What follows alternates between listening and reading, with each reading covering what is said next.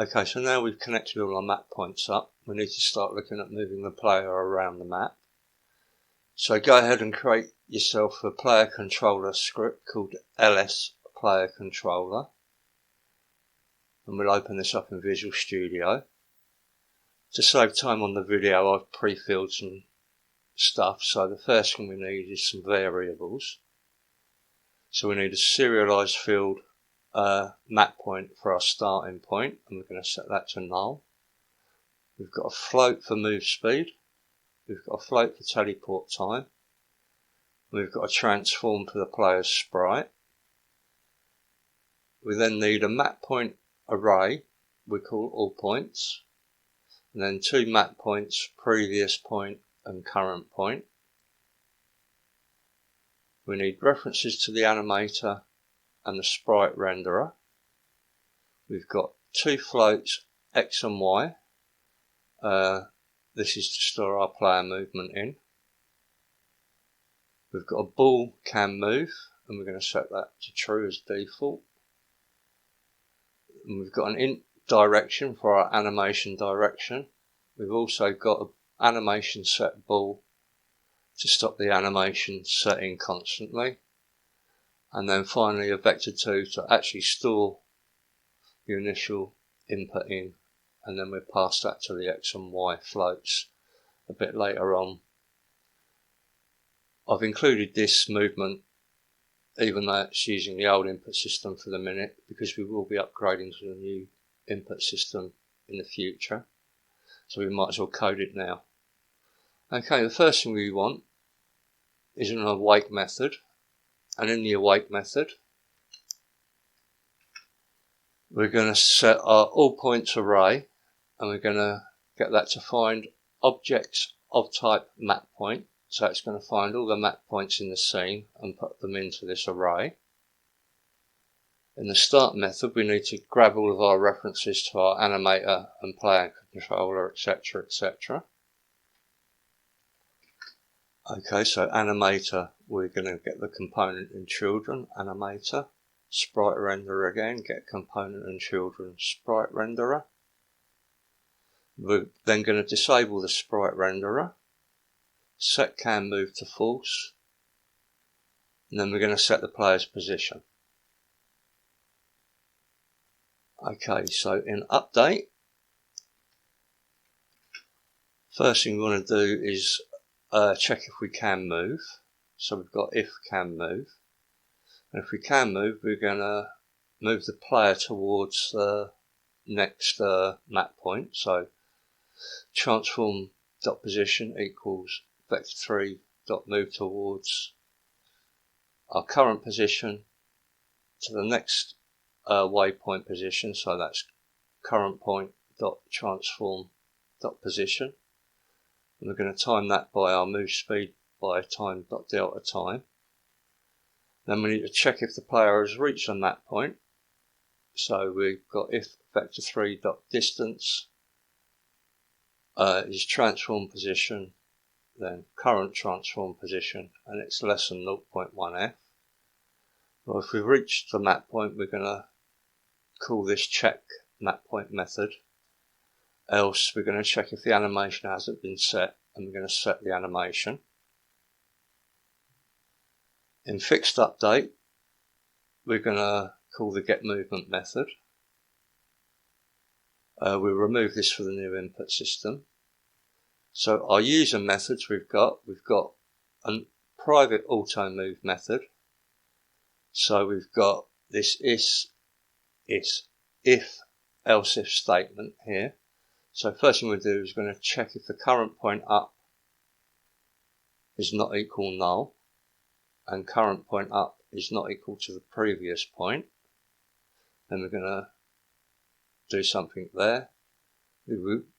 We then want to do the same for current point right, down and left. Okay, so if you want to copy that out. And then in our check input, we're going to check if y is greater than 0.5 f. If it is, we're going to send the player up. Then we're just going to check if x is greater than 0.5f. If so, we'll move the player right. If y is less than minus 0.5f, we move the player down. And if x is less than minus 0.5, we move the player left. We've then got a check map point method, a set animation method, a set next point method, which is going to take in a map point. We're going to have a method for setting the player's position, and we want a public get movement and public select level, so we can use these for the new input system later. And finally a coroutine to teleport the player. Okay, so before we go any further, here's all the variables if you want to pause the video now and copy those out. Okay, there's the awake and start methods. So if you want to pause, copy that out. And there's the update and fixed update methods if you want to pause and copy those out.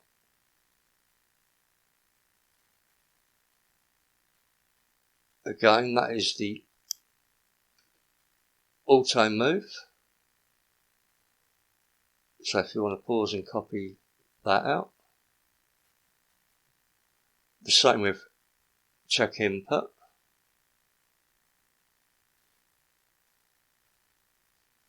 And then we're going to have check map point, set animation, set next point, and that's going to take a map point.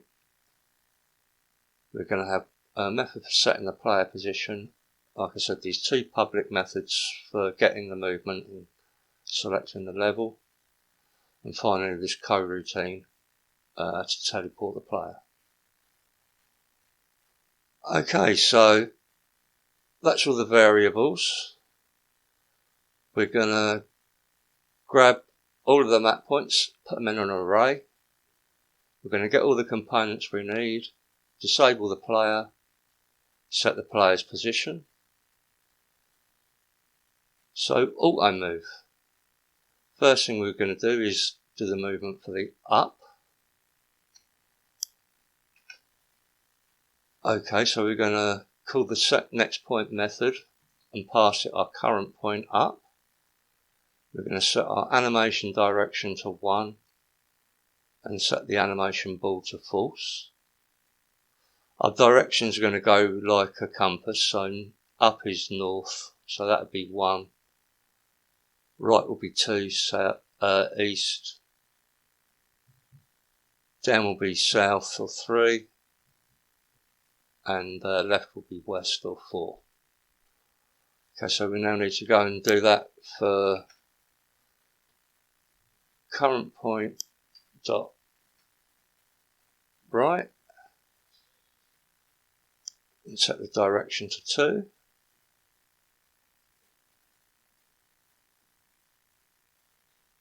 Current point dot down, set the animation direction to 3.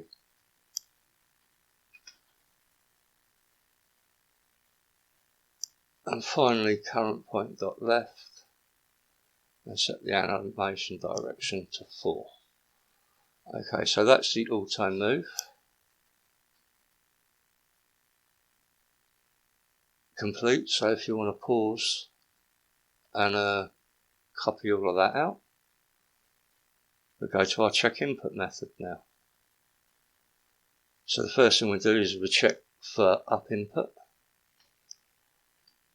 Okay, again what we're going to do is we're going to check if the point isn't null.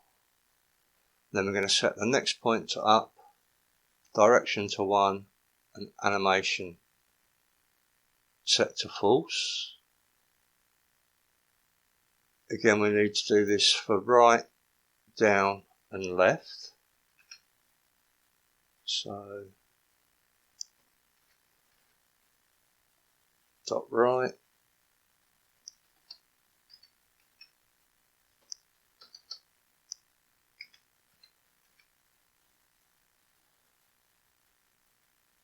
top right,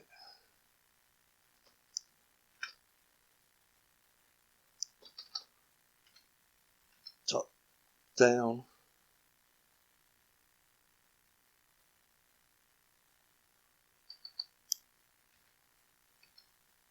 top down, and our direction to 3, and finally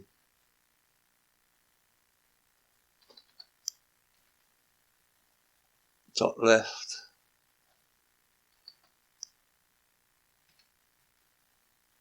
left, and our direction to 4. So we've got up, right, down, and left. I can't zoom out anymore, so there's the first 3 if you want to pause and copy that lot out. Okay, and that's the last that we need in this method. So now we want to go to check map point. Okay, the first thing we're going to do is we're going to check if the current point is a warp point and we haven't warped. We're going to set the animation direction to 0, which will be idle. So first, if the direction is not equal to 0, we set the direction to 0 and run the set animation method. And then if auto warp is set, we're going to start the coroutine teleport player and start it with the teleport time. Next we need to check if it's a corner or a warp point.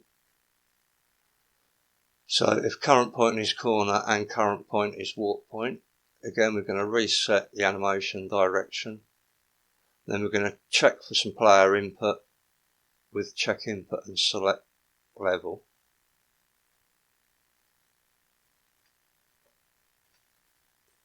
And we'll remove this select level if we're using the new input system. And finally, we need to check if it's a corner or not, and then do what we want to do at the corner.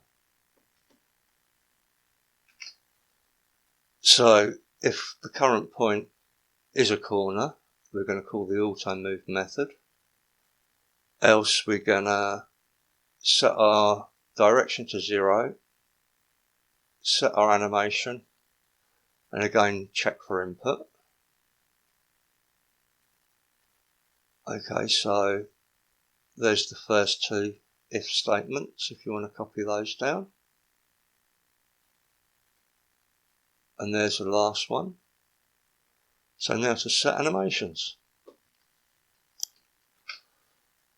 Okay, first thing we're going to do is set the animation ball to true. Then we've got a switch statement which is going to switch for the direction. If case is 0, then we're going to play idle. Case 1, we're going to play the up animation, 2 the right animation, 3 the down animation, and 4 the left animation. Okay, so if you want to pause and copy that out, we'll now go to the set next point. Okay, in this, first thing we're going to do is going to reset the player sprite position to stop any drift occurring. So player sprite dot local position equals vector20. We're then going to select the previous point to the current point, and then the current point to the next point, which we've got from this set next point method here. Okay, so that's nice and simple. So if you want to copy that out, we can now go to the player position. Okay, first thing we're going to do is we're going to check if our current level name is blank. And if it is blank, we're going to set our player transform position to the start point transform position. Enable the sprite renderer. Set the current point to the start point. Set the previous point to the current point, and then enable movement.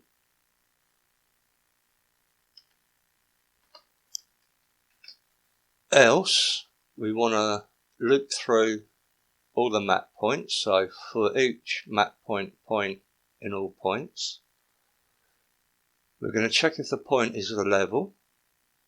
And if the point is a level, if the scene to load is equal to the current level name, then we will set the starting position of the player to the points transform. Again, enable the sprite renderer, set the current point to point, previous point to current point, and enable the player movement. So if you want to pause here and copy that out, we can go to the get movement. Okay, this is nice and simple. We're going to use the movement vector that we set at the top, and we're going to create a new vector 2, and we're going to take the horizontal and vertical axes from our gamepad or our input manager, and then we're going to set X and Y to movement X and Y, and then we're using those values up here to move the player, so it'll all work for the new input system. We just need to change this line here. Okay, the select level method. Okay, so the first thing we're going to do is we're going to check for our button, which is in this case fire 1. So if we get input from fire 1, we're going to check if the current point is not equal to null. And if it's not null, we're going to check if it's not locked and it is a level. If it is, we're going to set the data manager current level name to the current level name, current point scene to load. We're then going to save the data, and then we're going to tell the manager, scene manager, to load the scene current point dot scene to load. Else, if it's a warp point and we haven't auto warped, we're going to start the teleport player coroutine. So now all we've got to do is write that. Okay, so the first part we're going to do is we're going to set current point has warped to true. We're going to disable the player movement. Then we're going to make the player invisible, so we're going to slowly fade him out over time. And then we're going to move the player to the warp point, the warp point's transform dot position. Okay, then we're going to wait for the teleport time, and then we just need to make the player visible again and make him be able to move again. So here we make the player visible. We set the current point equal to the current point dot warp point. Set has warp to true again to stop any ping pong in between warp points and enable the player movement. See if I can zoom in a little bit better for that. Okay, so that's a coroutine you need. We should now be able to save this, jump back into Unity and test it out.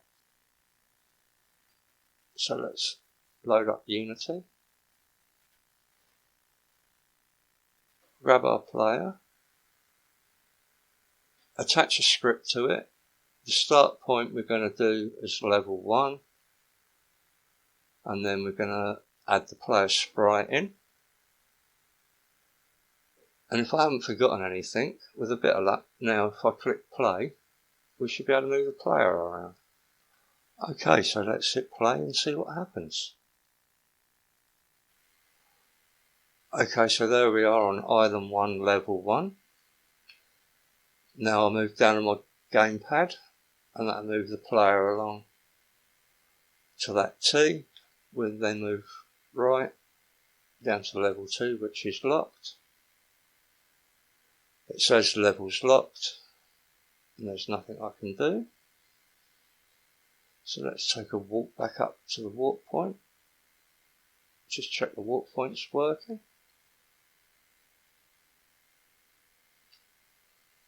Yep, warp point seems to be working okay. So if we now go down to level 1, enter level 1. That should load our level. And now when we come back, level 2 should be unlocked.